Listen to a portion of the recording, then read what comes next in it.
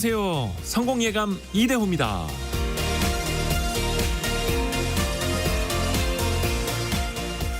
모든 일이 술술 잘 풀리라며 두루마리 휴지를 선물하기도 하지만 그건 바람일 뿐이죠.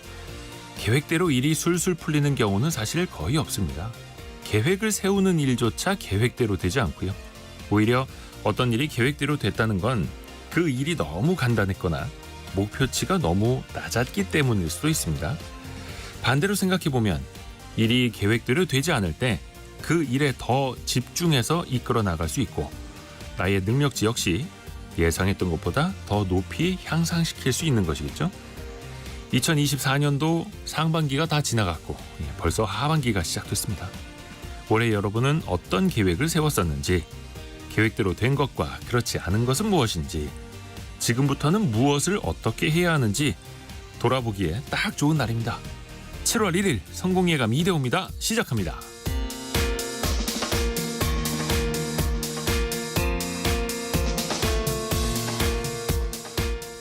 안녕하세요. 이대호입니다. 자, 오늘 하반기 물을 여는 7월 1일 월요일 아침 함께해 주셔서 감사합니다.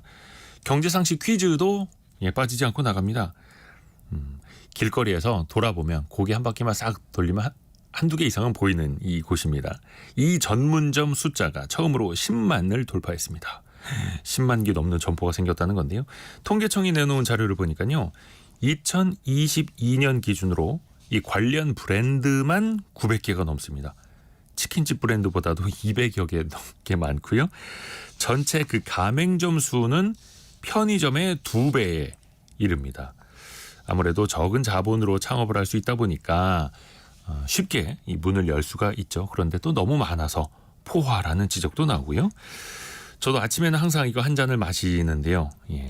이 열매의 원두를 볶고 갈아서 그걸 이제 압축한 물로 내려서 만드는 이 음료 한 잔 필요하시죠? 저희가 추첨을 통해서 이 쿠폰도 보내드리고 있는데요. 짧은 문자 50원, 긴 문자 100원이 드는 샵 9730으로 정답 2글자 보내주시면 됩니다. 비용이 들지 않는 KBS 콩도 좋고요. 추첨을 통해서 계속해서 다양한 선물 보내드리고 있고요. 유튜브를 통해서도 함께 하시죠. 성공예감 이대호입니다. 자주 검색하시면 성공이 가까워집니다.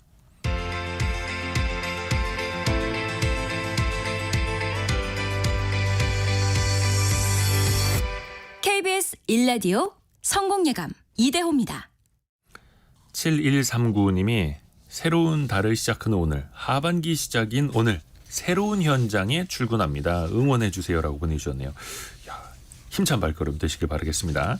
자, 오늘의 경제 뉴스 어예진 해담경제연구소장 그리고 이환주 파이낸셜 뉴스 기자 함께합니다. 안녕하세요.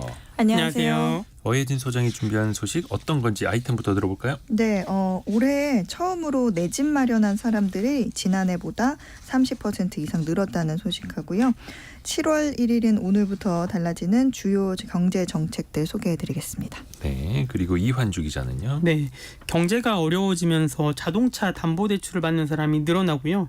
자동차 구매 흐름도 달라졌는데 이 소식 알아보고요. 일본 엔화 예금에 돈이 몰리고 우리나라엔 중국인 관광객이 점차 몰리고 있다는 소식까지 같이 준비했습니다. 네, 어예진 소장이 준비한 첫 번째 소식.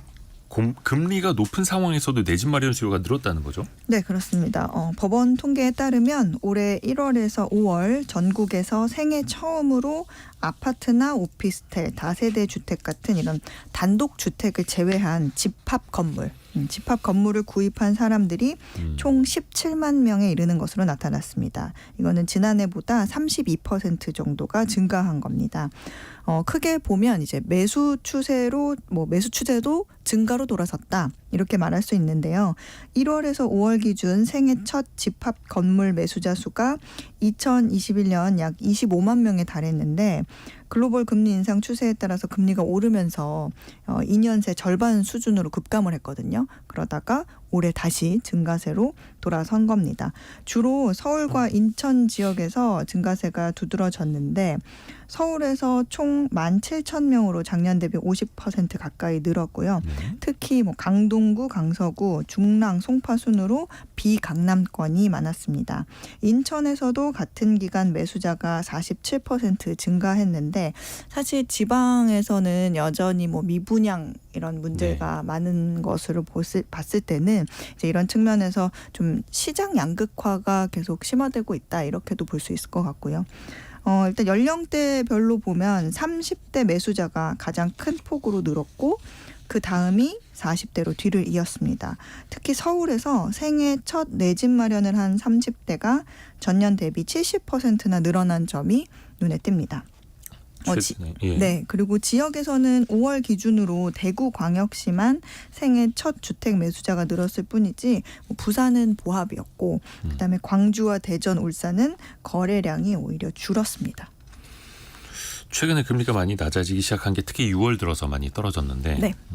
1월부터 5월까지 생애 최초로 집을 산 사람들이 늘었다라는 거고 아파트 경매 시장도 되게 활기뛰고 있다고요. 네, 서울의 경우 좀 그랬는데 이 최근에 분양가가 급등하면서 사람들이 아무래도 신규 분양보다는 기존 주택을 매매하는 경향이 있었는데 그런 여파가 경매 시장까지 나타나는 모습입니다. 지지 옥션에 따르면 지난 6월 한 달간 서울 아파트 평균 낙찰가율이 93%로 지난달보다 4%포인트 가량 증가했는데 93%요? 네, 낙찰가율이 뭐냐면 감정가 대비 얼마나 높은 가격에 낙찰됐느냐 이거든요. 근데 이게 지난해만 해도 한 70에서 80% 선에서 오르락 내리락 했었는데 올해 들어서는 이제 90%를 넘긴 거죠. 네. 평균이 그렇고 강남권뿐 아니라 감정가 대비 2배 넘는 가격에 낙찰된 사례가 또 상당히 나오고 있습니다. 낙찰가율 상위 10개 가운데 7곳을 보면 뭐 성동, 용산, 동작, 종로 등 역시 비강남권 지역으로 나타났습니다.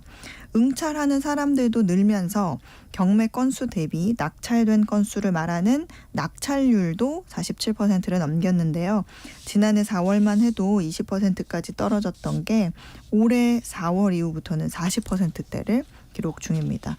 이 통상 그 부동산 시장에서 가격이 오르면 이제 요즘에는 경매 시장 지표도 뒤따라오는 그런 경향이 있기 때문에 이 서울 아파트 값이 회복세로 이제 돌아서면서 수요자들도 이제 경매 시장으로 좀 눈을 돌렸다 이렇게 볼 수 있는 그런 분석이 있고요. 이러한 추세는 이제 서울에서 수도권으로 점차 확산되는 분위기입니다. 지역에서는 5월 기준으로 대구, 부산, 광주 아파트 낙찰가율이 상승한 모습입니다. 경매도 그렇고 매매도 그렇고 처음으로 집 사는 사람들이 이렇게 증가했다. 그 이유도 따져볼까요? 네, 여전히 지금 우리나라 기준금리는 이제 고금리 기조 유지하고 있는데 네. 이것보다 더 부담이 되는 게 지속적인 전셋값 상승. 네, 그런 분석이 있습니다. 지난 2년간 금리가 높아서 내 집 마련을 미뤄왔던 무주택자들이 전셋값이 계속 오르니까 이제 매매가와 차이가 점점 좁아지는 거죠. 그래서 이런 추세라면 차라리 집을 사는 게 낫겠다라고 판단을 하는 경우가 있었고요. 최근에는 또 은행권에서 주택담보대출 금리를 쏙쏙 내리면서 일부 시중은행에서는 뭐 연 2%대까지도 떨어진 곳이 나오고 있는데 여기에다가 이제 올해 시행된 신생아 특례 보금자리론이 뭐 가장 낮게 하면 1%대로도 쓸 수 있다는 점 그런 것도 있고 여러 가지 이제 대출에 대한 혜택들이 좀 나온 게 있었고 그런 것도 영향을 미친 걸로 보이고요. 그리고 여기다가 이제 대출 한도를 제한하는 DSR 규제 강화 시기도 2개월 연기가 되면서 주택 매수를 고려하는 사람들이 또 이 시기를 활용해서 생애 첫 주택 매수 기회로 삼을 수 있다는 예상도 있습니다. 그러니까 또 DSR 규제 그 2단계가 시행되기 전이 기회다 또 이런 이야기까지도 나오고 있고 네. 다만 현재까지는 다주택자들의 어떤 투자 수요라기보다는 실수요자들, 그렇죠. 맞습니다. 무주택자들의 수요가 좀 더 많았다라는 이야기고요. 자, 이완주 기자에게 갑니다. 야, 이건 좀 사정이 안 좋은 분들 이야기일 것 같은데 자동차를 담보로 대출받는 사람들이 늘었어요. 예, 1금융권 대출이 힘든 사람들이 흔히 가는 곳이 이제 신용카드사 대출, 카드론, 이제 보험약관 대출이 있고요. 그렇죠. 그리고 이것과 더불어서 자동차 담보 대출 받는 경우도 있는데요. 이 모두를 불황령 대출로 부릅니다. 그만큼 어려울 때 늘어나는 대출이라는 뜻이고요. 네. 대출 비교 플랫폼 핀다에 따르면 올해 5월까지 자동차 담보 대출 한도 조회가 약 1,125만 건으로 조사가 됐는데요. 이는 지난해 상반기보다 130%가량 증가한 수치입니다. 이게 어려우니까 한도 조회를 해보는 거죠. 실제로 저축은행 업계에 따르면 자동차 담보대출을 받은 사람도 지난해 1월에는 한 3,000명, 금액으로는 530여 건 정도였는데 네. 올해는 각각 사람 수도 그렇고 금액도 그렇고 2배 이상 늘어났습니다. 이게 은행 대출이 막히면서 자동차를 담보로 맡기고 대출을 알아보는 건데요. 게다가 담보 설정이 차량을 가능하면은 이제 신용대출보다는 금리가 상대적으로 저렴합니다. 아, 담보가 있으니까. 예, 맞습니다. 실제로 자동차 담보대출을 취급하는 금융사 6곳에 금리가 5%에서 한 13% 정도거든요. 근데 지난 5월 말 기준 8개 전업 카드사의 카드론 최저금리가 13.4%니까 이제 네. 카드론보다는 조금 저렴하게 빌릴 수 있는 겁니다. 네. 또 소득이나 상환 능력 외에 차량의 시세로도 한도 산출이 가능해서 신용도가 낮은 사람도 담보가 있으므로 이 추가적인 대출을 받을 수 있기 때문에 이제 자영업자들도 주로 사용을 하고요. 제2 금융권에서도 이제 대출을 꺼리는 신용 점수가 있는데 이 500점 미만의 저신용자도 이 자동차가 있으면 한 달간 약 75명이 이 자동차 담보 대출을 받기도 했습니다. 그리고 또 하나 청년들이 새 차를 구매하는 비중 이것도 감소하는 추세라고요. 예, 맞습니다. 한국 자동차 모빌리티 산업협회에 따르면 지난해 20대 신차 등록 대수가 약 86,700대였거든요. 네. 근데 이게 10년 전과 비교해서 22% 줄어든 수치입니다. 또 전체 연령 중에서 신차를 사는 20대 비율도 계속해서 줄어들고 있는데요. 올해 1월에서 5월까지 자동차 신규 등록자 중 20대 비율은 5%였습니다. 반면에 중고차 시장에서 20대 비중은 점점 늘어나고 있는데요. 20대는 지난해 총 17만 5천여 대의 중고차를 등록했는데요. 이게 같은 기간 전체 중고차 거래 중과율은 7% 정도 늘었는데 20대의 중고차 등록 중과율은 평균보다 2.5배 더 높게 증가를 했고요. 이 고금리 고물가 속에서 주머니 사정이 얇아진 20대가 이 신차 대신에 이 중고차로 이 첫 차를 뽑는 경우가 많은 것으로 보입니다. 아무래도 또 이제 경기가 안 좋아져서 20대일수록 더욱더 그러하는 모습이고요. 자, 어혜진 소장에게 갑니다. 오늘이 7월 1일 하반기의 시작인데 네. 오늘부터 달라지는 제도들이 꽤 있어요. 우선은 기름 가격부터 달라집니다. 네, 그렇습니다. 오늘부터 8월 31일까지 유류세 인하 폭이 축소되면서 리터당 휘발유 가격이 41원, 경유는 38원 각각 오릅니다. 네. 휘발유 유류세 인하율은 25%에서 20%로, 경유는 37%에서 30%로 축소가 되는데 저도 어제 마침 기름이 바닥이 나서 주유소에 갔거든요. 네. 근데 평소보다 차가 많더라고요. 그래서 줄 쫙 서 있었어요. 줄 서서 넣었어요. 그렇죠. 마지막에 네. 이제 가득 넣어야죠. 네. 근데 이제 주류세 인하폭 축소를 조금 와닿게 예를 들어보면 네. 예를 들어서 연비가 리터당 10km인 휘발유 차량으로 하루 40km를 매일 주행한다 이렇게 했을 때 한 달 유류비는 한 5,000원 가량 늘어나게 되고요. 이게 만약에 경유 차량이다. 같은 조건에서 경유 차량이다 하면 월 4,500원 정도가 더 들게 됩니다. 또 다른 부분도 말씀드리면 이제 부가가치세 제도에도 변화가 좀 생깁니다. 네. 간이 과세 적용 기준 연 매출 금액이 종전에 8천만 원 미만에서 1억 400만 원 미만으로 상향이 됩니다. 간이 과세자 세율은 1.5%에서 4%로 일반 과세자에게 적용되는 10% 세율보다 낮게 적용이 되거든요. 이로 인해서 앞으로 25만 사업자들이 간이 과세자로 전환될 전망입니다. 이렇게 되면 이제 영세 사업자들의 세 부담이 줄어들 수 있을 것으로 보이고요. 그런데 부동산 임대업, 과세 유흥 장소의 간이과세 적용 기준 금액은 변동이 없습니다. 외환시장 운영 시간도 또 변동이 또 있습니다. 네. 기존에는 오후 3시 30분이면 장을 닫았는데 네. 오늘부터는 오전 9시부터 다음 날 새벽 2시까지로 연장이 됩니다. 이거는 외국인 투자자나 이제 해외 금융기관들이 본인들의 영업 시간에 그 원화 거래를 할 수 있도록 좀 한 거거든요. 근데 뭐 덕분에 우리도 이제 해외 주식 하려고 했을 때 미처 환전을 하지 못했다고 하면 이제 밤에는 그 임시 환율로 조금 더 비싸게 거래를 했어야 되는데 네, 맞아요. 이제 실시간 시장 환율로 환전이 가능해지는 거죠. 자, 그리고 또 하나 육아를 위한 근로 여건도 조금 더 개선이 되는 게 있네요. 예. 육아를 위해서 매일 2시간씩 일찍 퇴근을 해도 통상 임금의 100%를 받을 수 있게 됩니다. 육아기 근로시간 단축의 경우에는 기존에는 주당 최초 5시간까지만 지원을 했는데 오늘부터는 최초 10시간 단축분까지 100% 지원을 하는 겁니다.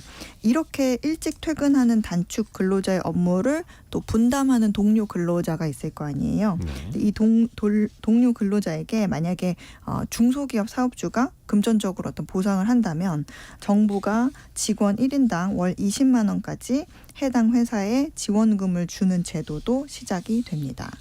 한편 이 병원 매일 가는 분들 종종 계시는데 네. 오늘부터 외래 진료에 대한 본인 부담률이 크게 오릅니다. 의학적 필요도가 낮은 불필요한 남용에 대해서 좀 관리를 강화하기 위한 정책인데 연 365회 초과 외래 진료에 대해서 본인 부담률이 기존 평균 20% 수준에서 90%로 상향 조정이 됩니다. 이거는 1년에 365회 이상 병원에 가는 그죠? 사람만 그러니까 매일 가야 됩니다. 몇 안 되겠습니다만. 네. 그리고 이제 집에 또 층간소음이 심한 집인지 이제 집을 살 때 우리가 잘 구분하기 힘들잖아요. 살아보기 전에는 잘 모르죠. 맞습니다. 근데 이게 이 집이 층간소음이 심한 집인지 참고할 수 있는 정보가 법적으로 의무화가 되는데 바닥 충격음 성능 검사 결과를 입주 예정자에게 의무적으로 통지하도록 한 주택법 개정안이 이제 오늘부터는 아니고 이제 오는 17일부터 시행이 됩니다. 그리고 이것도 이번 달부터는 아닌데 오는 9월부터는 기존 신용대출과 아파트 주담대, 뭐 전세 대출만 됐었던 그 온라인 대출 갈아타기가 있는데 이게 이제 오피스텔과 빌라 담보 대출도 이제 스마트폰으로 클릭 몇 번 하면 대출을 갈아타기가 될 수 있게 됩니다. 자, 이완주 기자가 준비한 두 번째 소식.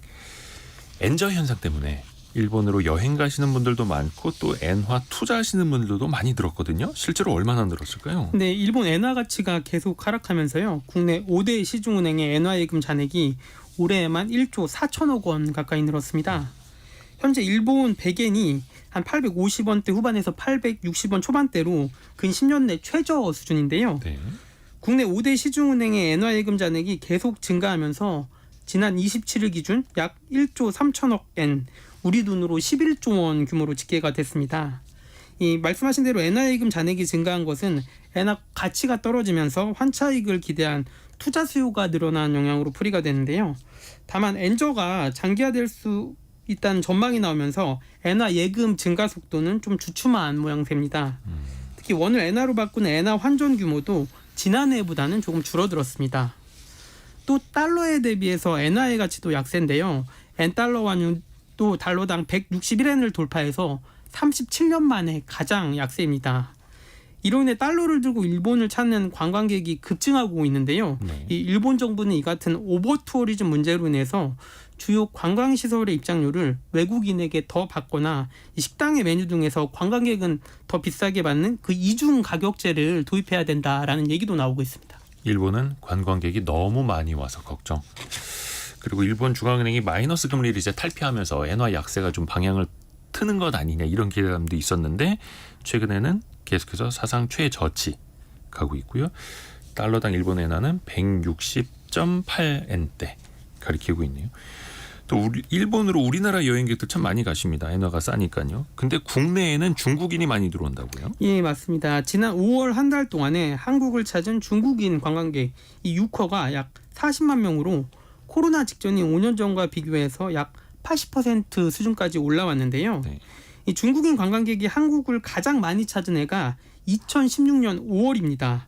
이후 이제 고고도 미사일 방어 체계, 이 사드 한국 배치가 이슈가 되면서 중국인 관광객이 급감했었고요. 또 코로나 기간에도 급감했었던 겁니다.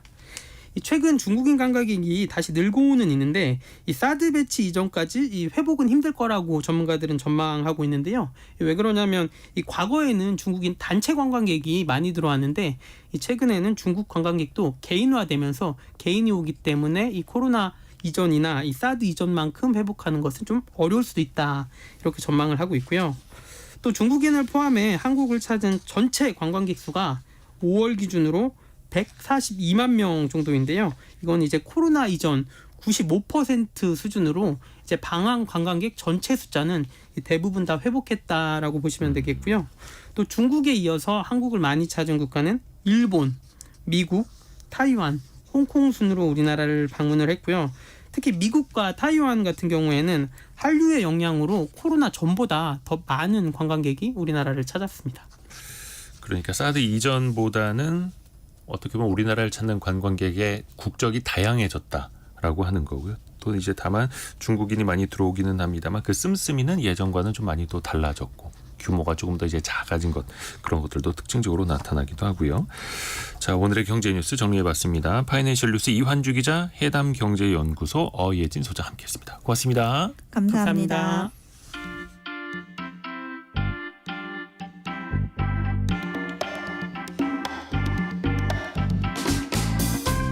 지금 여러분께서는 KBS 일라디오 성공예감 이대호입니다를 듣고 계십니다. 참여해주신 여러분께는 추첨을 통해 아름다운 식탁 창조 주비푸드에서 자연에서 갈아 만든 생와사비를, 쉽고 빠른 판촉물 제작 시너지 기프트에서 진동 클렌저 마사지기를, 그리고 성공예감에서 준비한 커피 쿠폰을 보내드립니다. 당첨자는 성공예감 이대호입니다 홈페이지에서 확인하세요. 경제상식 퀴즈 한 번 더 내드리겠습니다. 성함이 신웅현 님이 보내면 뭐합니까? 당첨도 안 되는데 이거 그까이 거 뭐 이러면서 그래도 희망을 품습니다 라고 하면서 정답 보내주셨거든요. 이 경쟁률이 좀 높아가지고요. 예, 저희가 상품이 더 많아야 될 텐데 이거 쿠폰도 많이 드리고 싶습니다만 조금 이제 한도가 좀 있습니다. 이 열매의 원두를 볶고 갈아서 내려서 만드는 그 쓴맛의 음료를 맞춰주시면 됩니다. 공정거래위원회가 조사를 해보니까요. 3사라고도 하는데 저가 브랜드 가맹점 수만 2022년 기준 5,300개였습니다. 21년도 말 기준으로는 3,800여 개였는데 1년 만에 1,400여 개가 들어서 하루에 매장 4개씩 문을 열고 있는 셈이라고 합니다. 그런데 또 최근에는 그 3사의 가맹점 수가 7,000개를 넘어섰다라고 하는 대단합니다. 그런데 이제 가뭄 등의 이유로 원두 생산량은 또 국제적으로 좀 줄기도 하고요. 그중에 하나인 로부스타라는 원두 가격이 4년 만에 3배나 오르면서 우리가 값싸게 먹을 수 있었던 인스턴트 이것 가격도 오르기도 했죠. 서민경님, 이거 마시면 정신이 번쩍 들어요. 역시 그 카페인 효과. 카페인 때문에 아침마다 이걸 또 즐겨 드시는 분들이 계시죠. 저도 정신을 차리려고 아침마다 이걸 마십니다만 왜 이렇게 잠이 안 깨는지. 2380님은 오늘 아들이 드디어 취업에 성공해서 첫 출근을 했어요. 며칠간 밥을 안 먹어도 배부르겠습니다. 축하드립니다. 0359님, 직장인은 노란색 체인점을 좋아합니다. 제가 방금 말씀드렸던 그 3사 이 저가 브랜드 가맹점 수가 7,000개를 넘어섰다라는 거. 아무래도 싸다 보니까 요즘에 이제 가성비 찾는 분들이 많아서 이런 저가 브랜드가 또 잘 나가는 것 같습니다. 이종화님은 요즘에 배달을 부업으로 하고 있는데 이걸 무진장 많이 시키시네요. 덥긴 더운가 봅니다. 요거 얼음 녹으면 안 되는데. 그래도 안전하게 잘 배송해 주시길 바라겠고요. 짧은 문자 50원, 긴 문자 100원이 드는 샵 9730이나 KBS 콩으로 정답 보내주시면 됩니다. 오늘의 움직임에 주목하고 세상의 흐름을 놓치지 않습니다. 여러분의 내일을 응원하며 성공의 열쇠를 함께 찾아갑니다. 성공예감 이대호입니다. 돈 문제가 얽혀 있으면 참 마음도 아프고 현실적으로도 참 어려운데 또 그게 가족 사이에 일어난 일이라면 더 복잡하고 더 마음이 찢어지겠죠. 최근에 뭐 연예인 박수홍 씨 그리고 골프 선수 출신 박세리 씨가 이런 또 일을 겪어서 많이 또 입에 오르내리고 있는데요. 그런데 앞으로는 가족의 돈은 내 돈. 예, 이런 등식이 이제 앞으로는 깨질 수밖에 없다고 합니다. 슬기로운 법률 생활 시간 법무법인 길도 윤예림 변호사와 함께 짚어보죠. 안녕하세요. 안녕하세요. 윤예림 변호사입니다. 기존에는 그리고 지금까지는 가족끼리의 돈 문제를 법적으로 처벌할 수가 없었던 거잖아요. 네네. 그런데 친족 상도례 때문에 그랬었죠. 친족 상도례. 네, 국회는 1953년에 형법에 친족 상도례 이 조항을 도입을 했어요. 네. 국가가 가족 간 재산 문제에 개입했다가 오히려 가정을 파탄에 이르게도 할 수 있다. 한국의 공동체 가족주의 정서가 이제 입법 취지로 들어온 거죠. 가정 안으로 법이 들어가서는 안 된다. 뭐 네, 이런 네. 취지. 맞습니다. 일단 친족 상도례에 대해서 잠깐 살펴보면요. 권리행사 방해, 절도 관련 범죄, 공갈, 사기, 횡령 관련 범죄에서 규정이 되고 있고요. 법은 이렇게 규정하고 있습니다. 그러니까 직계 혈족, 배우자, 동거 친족, 동거 가족 또는 그 배우자 간에는 위에 말씀드렸던 어떤 경제 범죄에 있어서 형을 면제하고 또 이 제가 방금 말씀드렸던 이 친족들 외의 친족들이 이런 또 범죄를 정하면은 고소를 해야 기소를 할 수 있는 조항이 있었습니다. 그래서 부모와 자녀 등 직계 혈족과 배우자, 함께 사는 친족, 그러니까 8촌 이내의 혈족이나 4촌 이내의 인척을 이야기하는데 함께 사는 친족 등이 사기, 절도, 횡령, 권리행사 방해 이런 범죄를 저질렀을 때 검찰은 대부분 공소권 없음 처리를 해서 재판에도 못 가게 했었습니다. 함께 살지 않는 아버지가 아들의 재산을 횡령해도 이 법에 따라서 처벌할 수가 없고 배우자 간의 사기 범죄도 마찬가지였습니다. 이 규정 때문에 처벌을 할 수가 없으니까 네. 고통받는 피해자분들의 사례가 많았어요. 몇 가지 간단하게 소개해드리면 지적장애 3급 장애인 A 씨가 있었는데 A 씨는 이제 아버지가 세상을 떠난 뒤에 작은 아버지 부부와 함께 살았는데 작은 아버지 부부는 이제 A 씨와 4년 동안 함께 살면서 A 씨가 20년 동안 돼지 농장에서 일하며 받은 퇴직금, 상속재산 2억 3,600만 원을 가로챘습니다. 네, 검찰은 A 씨가 이들과 함께 살지 않았던 4개월 동안 빼앗긴 1,400만 원에 대한 피해만 인정을 해서 기소를 했습니다. 나머지 대부분의 금액에 대해서는 친족 상도례 때문에 재판에 넘길 수 없다고 판단을 한 것이죠. 같이 사는 기간에 이 사람들이 돈을 이제 가져갔으니 함께 사는 동거 친족이니 이거는 처벌할 수 없다. 또 여러 가지 새아버지를 횡령 혐의로 고소하신 분, 파킨슨병을 앓는 아버지를 대신해 아버지의 자녀들을 업무상 횡령 혐의로 고소하신 분들, 돌아가신 어머니의 예금을 횡령한 혐의로 동생과 동생의 배우자를 고소한 사건에서도 모두 친족 상도례 때문에 불송치, 그러니까 기소가 아예 안 되었습니다.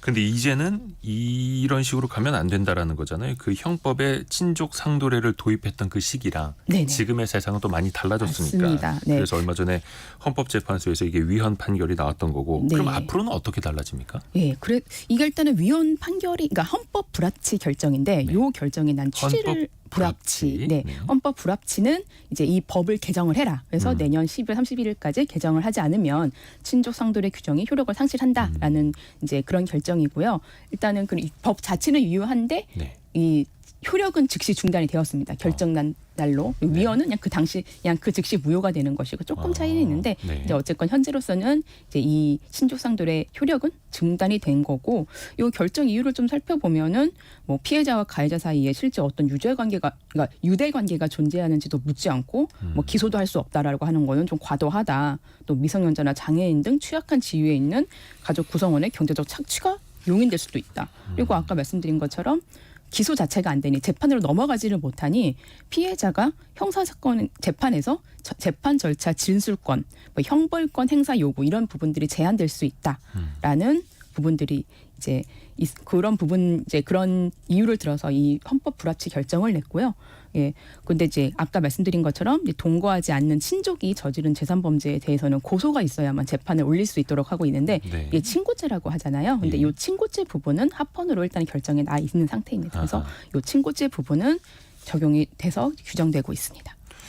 그리고 이 사례를 많은 분들이 이제 알게 됐던 계기가 개그맨 박수홍 씨 사례잖아요. 네네. 친형 부부가 출연료나 여러 가지 이제 본인의 벌이를 이제 횡령했다라는 거였는데, 그러면 이 사건은 어떻게 되는 겁니까? 이번에 헌재의 헌법 불합치 결정하고 어떻게 되는 거죠? 일단은 사건 내용을 좀 살펴보면 박수홍 씨의 형은 아내와 함께 매니지먼트 법인 설립을 했고 동생과 수익 배분 약속 지키지 않고 출연료 등을 횡령한 혐의가 적용되어서 이게 재판을 받고 있죠.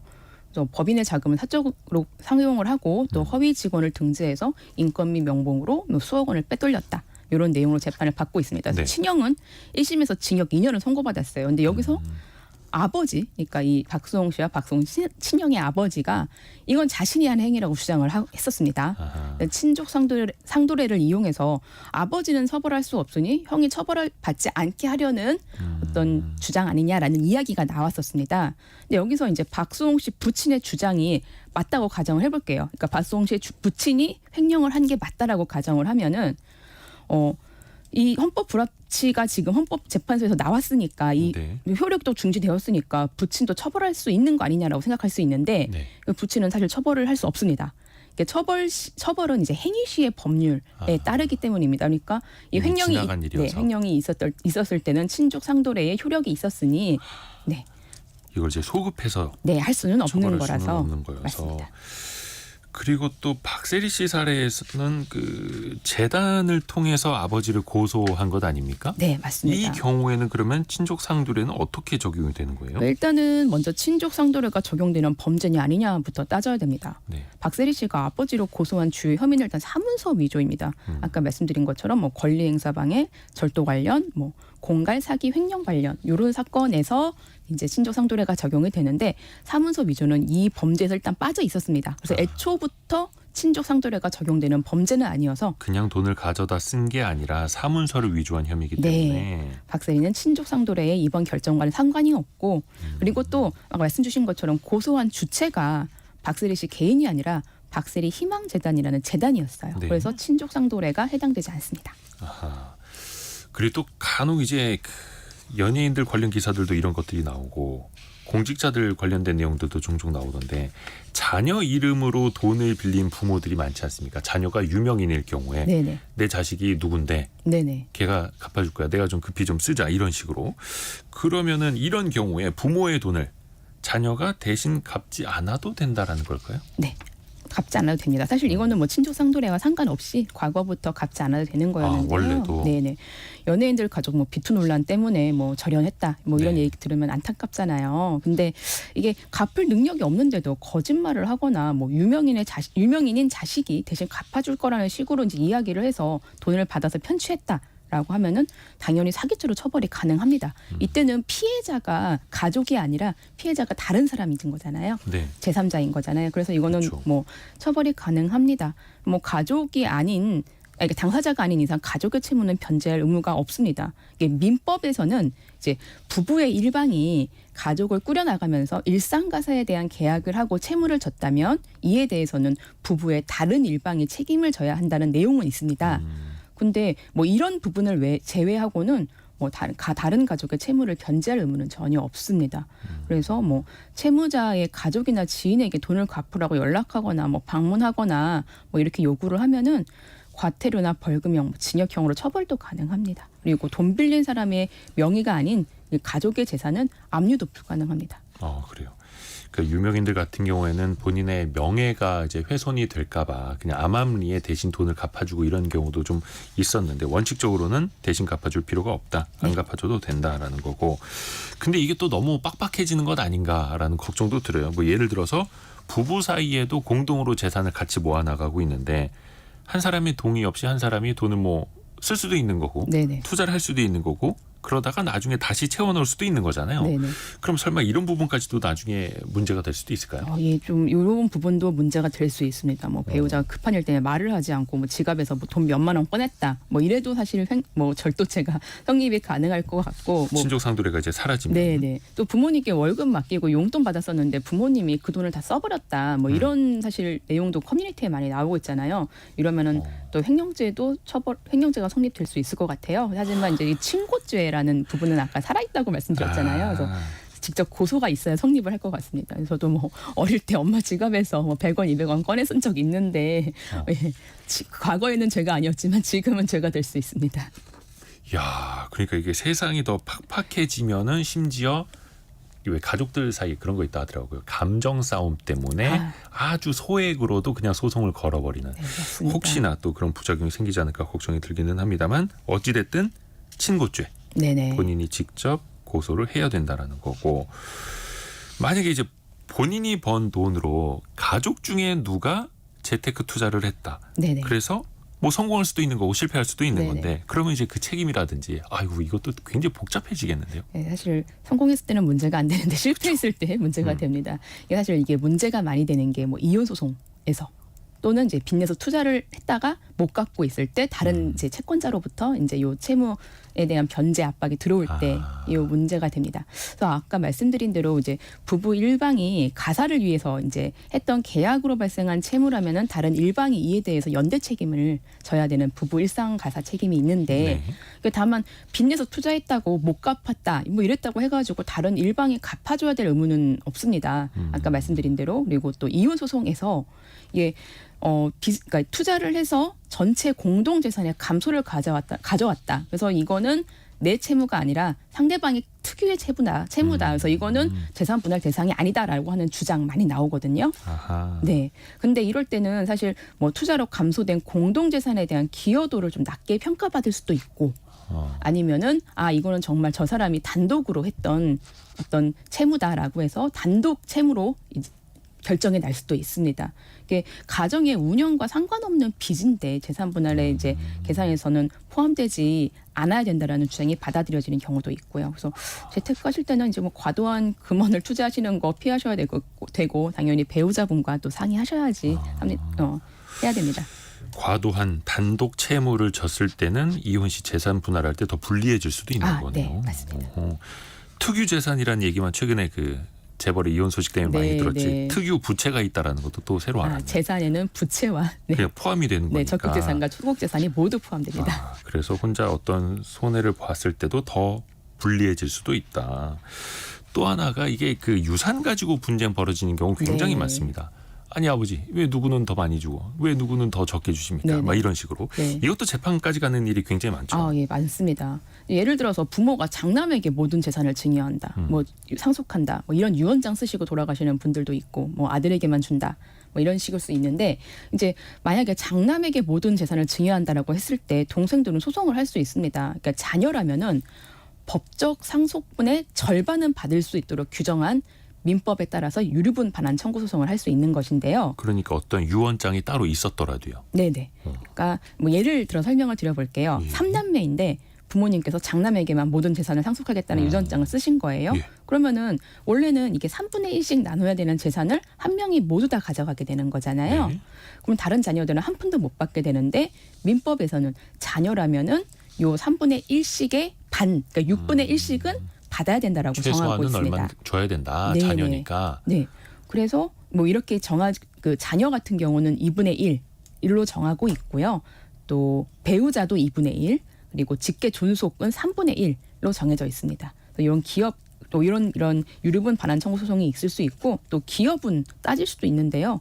공동 상속인 중에서 피상속인에게 이제 특별하게 부양했거나 돌아가신 분을 특별하게 부양했거나 돌아가신 분의 재산 유지나 증가에 특별하게 기여를 했을 때는 법원이 이런 공을 평가해서 기여분만큼 상속재산을 더 가지고 갈 수 있도록 한 제도도 있습니다. 그래서 상속재산 분할 심판 청구해서 기여분 따져서 청구할 수도 있습니다.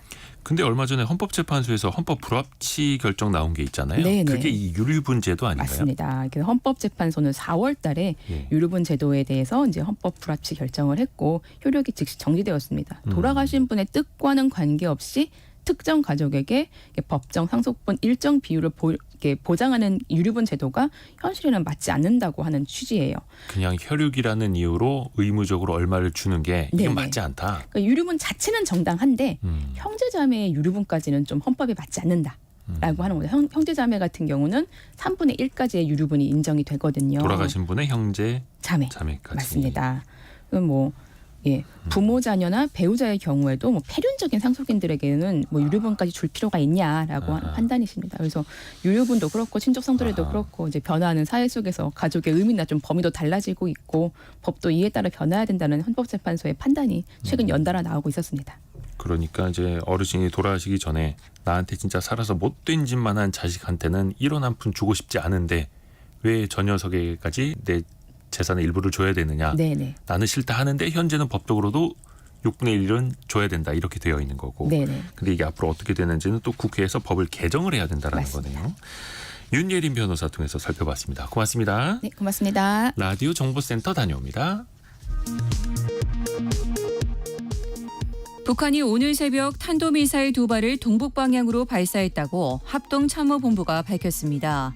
지난달 26일 다탄두 시험용이라고 주장한 탄도미사일을 발사한 지 닷새 만입니다. 오늘 새벽 서울 지하철 3호선 도곡역에서 대치역 구간 하행선 선로에 있던 특수 정비 차량 배터리에서 불이 나 5시간 만에 꺼졌습니다. 다행히 출근길 교통차질은 없었습니다.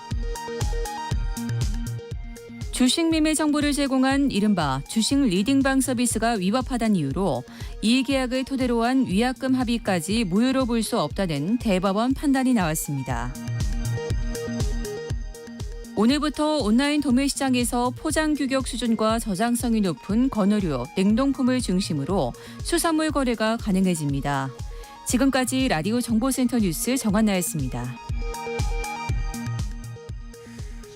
여러분의 퇴직연금은 안녕하십니까? 어떻게 수익이 잘 나고 있던가요? 다른 나라 퇴직연금 수익률이 평균 한 7%대 정도 된다고 하네요. 그런데 우리나라는 5년, 10년 들어도 수익률이 고작 2% 정도, 연 2%. 그러니까 물가 상승률만큼도 안 나오는 퇴직연금의 투자 수익률을 보고 있다는 건데요.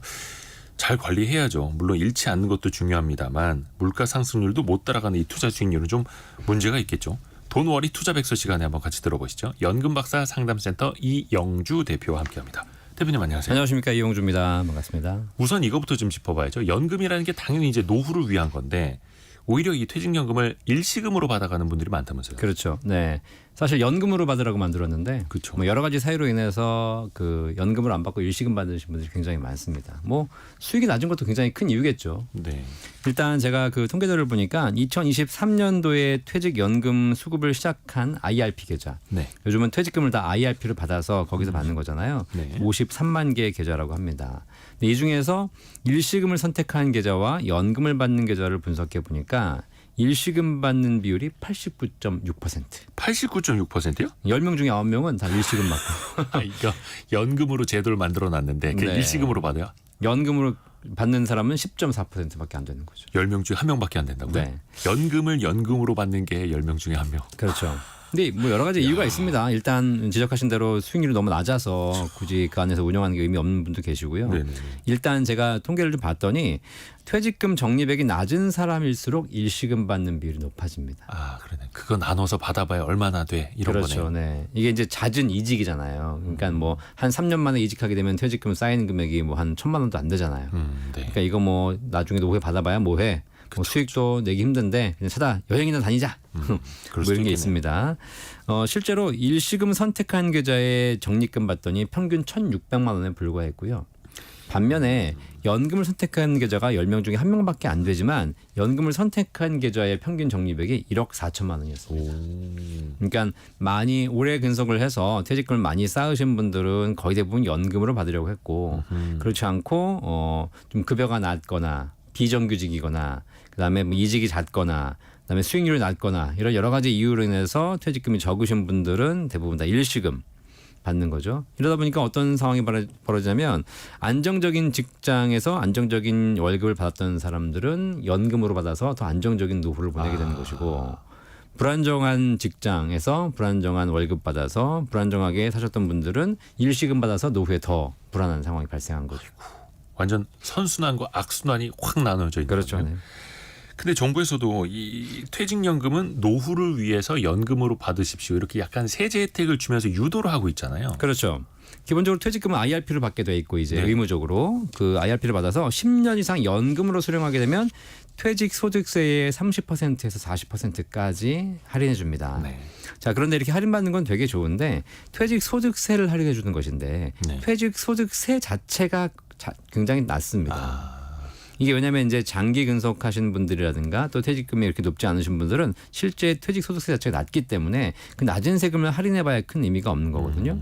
예를 들면 20년 근속하고 1억 원의 퇴직금 받아 나오시는 분들이 실제로 퇴직 소득세율은 1.1%에 불과합니다. 아하. 그러니까 내가 1억 받아 나오지만 실제로는 세금은 110만 원 내시는 거죠. 네. 그럼 일시불 수령하면 110만 원만 내시면 돼요. 그리고 9,890만 원 일시불로 찾아 나올 수 있습니다. 그런데 10년간 나눠서 연금으로 수령할 경우에 여기에 30%를 할인해 주기 때문에 33만 원 할인 받으시는 거예요. 10년 동안. 그러니까 실제로는 77만 원 세금은 내셔야 되는 거죠. 네. 그러다 보니까 실제로 이제 연금으로 유인할 만한 그런 부분이 좀 부족하다. 세제상으로도. 20년 근속해서 1억 원의 퇴직금을 모아놨을 때 이걸 일시금으로 받느냐 연금으로 받느냐 세금이 차이가 33만 원 차이니까 네. 그냥 땡겨서 갖자 또 그렇죠. 모이겠다 이제 네네. 창업을 생각하실 수도 있는 거고. 네.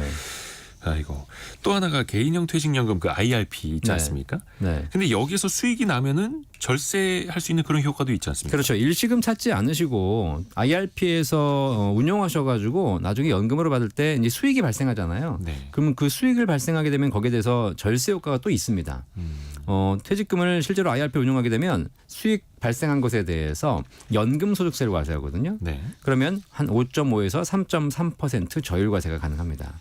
자, 그런데 내가 만약에 IRP에서 운영하지 않고 그걸 그냥 밖에서 운영했다. 혹은 네. 인출해서 따로 운영했다라고 했을 경우에는 우리가 이자나 배당이 발생했을 경우에는 15.4% 원천 징수하지 않습니까? 그렇죠. 그리고 이것이 연간 2천만 원 초과하게 되면 종합소득 합산과세가 됩니다. 네. 세율이 올라가죠. 그리고 해외 펀드나 해외 ETF 투자했을 때 양도소득세는 22% 매매 네. 차익에 대해서 세금을 내야 되지 않습니까? 네. 자, 그런데 이 모든 것이 IRP에서 운용해서 수익이 발생하게 되면 실제 15.4% 22%를 내는 것이 아니라 연금으로 받았을 때 연금소득세 5.5%에서 3.3% 저율과세가 가능하기 때문에 사실 절세 효과가 있는 것이죠. 물론 이거는 이제 노후에 연금으로 받을 때. 그렇죠. 반드시 연금으로 받으셨을 때. 예. 근데 이제 여기서 또 어떤 특징이 있냐면 일단 국내 펀드나 국내 ETF는 일반 계좌에서 투자하는 것은 비과세입니다. 그런데 연금 펀드나 IRP에서 투자하시게 되면 이거는 또 5.5% 세금을 내셔야 되기 때문에 아하. 오히려 국내 투자는 IRP가 불리한 점이 있고요. 네. 그다음에 사실 뭐 아까 처음에도 지적하셨지만 사실 이 모든 것이 수익에 대해서 절세 혜택을 주는 것이기 때문에 뭐 전제 조건이 있어요. 수익이 나야 돼요. 수익이. 수익이 안 나면 사실상 절세가 의미가 없는 이런 문제가 발생하고 있는 것이죠. 그러네요. 수익이 난 것에 대해서 절세 효과를 찾아야 되는 거니까. 네.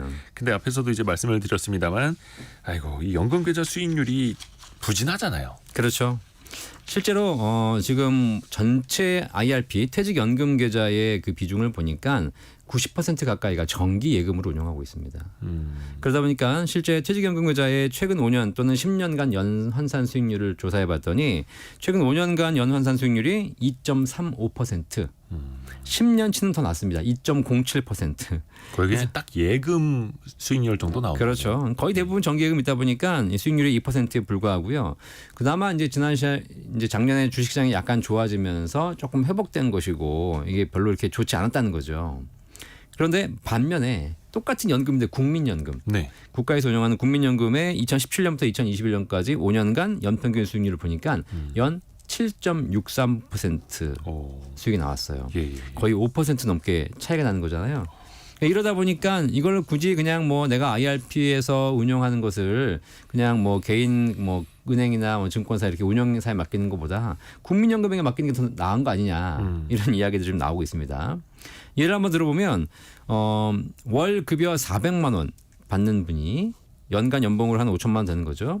30년간 퇴직연금에 가입했다고 가정했을 때 네. 30년간 원금은 1억 2천만 원 들어갑니다. 네. 그런데 수익률을 2%인 경우와 7%인 경우를 비교해 봤더니 수익률 2%로 30년간 운용하게 되면 30년 후에 퇴직금은 원리금이 1억 6천만 원이에요. 거의 그냥 물가 오르는 것만큼이나 따라갈까 그렇죠. 말까 하는. 네, 뭐 30년간 4천만 원 이자 붙은 겁니다. 그런데 7%로 운용했더니 원리금이 4억 원이 됩니다. 4억. 무려 2.5배의 차이가 나는 것이죠. 자, 이게 뭐 수익률이 더 낮다라는 것보다 이게 퇴직연금이 노후자산이지 않습니까? 네. 그러면 내가 2%로 운영하는 것과 7%로 운영하는 것 차이가 내 노후 생활이 2.5배 더 윤택해진다는 거예요. 그렇죠. 물론 뭐 손실 가능성도 있습니다만 결국은 투자를 빼놓으면 안 된다. 예금 위주로만 가서는 사실상 그렇죠. 뭐 물가 상승률 따라가기도 벅차다라는 건데 네. 또 이게 투자가 이게 어렵잖아요. 네, 자신 맞아요. 없어 하시는 분들도 네네. 많고 그 퇴직연금 디폴트 옵션 제도라는 것도 생기지 않았습니까? 그래서 작년에 시행되었죠. 예. 그래서 이제 그 여러 가지 그 확정 기여형하고 또 개인형 퇴직연금 IRP 가입하신 분들에게 사전 운용을 지정할 수 있는 거. 그러니까 이렇게 운용해라고 사전에 지정해 놓는 그런 제도를 시행했거든요.